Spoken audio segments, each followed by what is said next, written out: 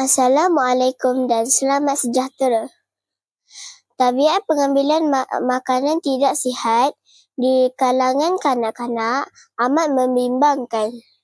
Saya, Mawar binti Muhammad Raihan, wartawan cilik, PSS Al-Zahrawi SKM 1. Ada laporannya. Diri anda adalah apa yang anda makan. Gaya pemakanan yang sihat amat penting bagi kesihatan yang baik.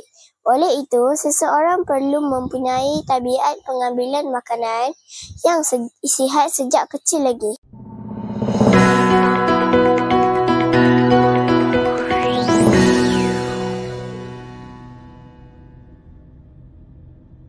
Untuk mendapatkan info lebih lanjut, mari ikuti tumbuhan saya bersama Cik Aimi Nabilah, Pegawai Sains Pemakanan Klinik Kesihatan Mempaga. Assalamualaikum Cik Aimi. Waalaikumsalam, Mama. Cik Aimi, apakah maksud pemakanan tidak sihat? Okey, pemakanan tidak sihat ni maksudnya pemakanan yang tidak seimbang lah. Dia merujuk kepada diet yang tinggi garam, gula, lemak dan juga kalori yang berlebihan. Tabiat pengambilan makanan tidak sihat di kalangan kanak-kanak amat membimbangkan. Apa pandangan Cik Aimi? Okey, betul tu Mawar. Sebenarnya situasi pemakanan kanak-kanak sekarang sangat membimbangkan disebabkan oleh pengambilan makanan yang tidak berkhasiat seperti minuman bergula, snack yang tidak berkhasiat, makanan yang tinggi garam. Pengambilan makanan seperti ini boleh menyebabkan penyakit tidak berjangkit seperti obesiti, diabetes type 2 dan juga penyakit jantung. Bagi seorang kanak-kanak, tabiat pemakanan bermula daripada rumah. Namun, akibat sikap sambil lewa ibu bapa dalam mengawal pemakanan anak-anak mendatangkan kemudaratan.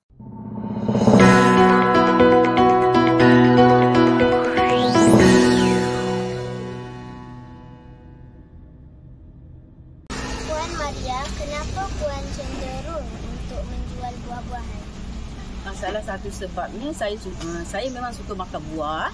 Lepas tu keduanya atas dasar tanggungjawab sosial untuk mengajar tentang kebaikan buah-buahan. Ramai tak kanak-kanak membeli buah? Pada pengamatan saya, zaman sekarang kanak-kanak masih kurang. Mereka lebih berminat untuk membeli jajan di kedai runcit. Buah apa yang paling bagus dan kenapa? Pada saya, buah naga kerana ianya kaya dengan vitamin C, anti kanser dan ianya tinggi serat dan boleh membantu menstabilkan tahap gula dalam darah.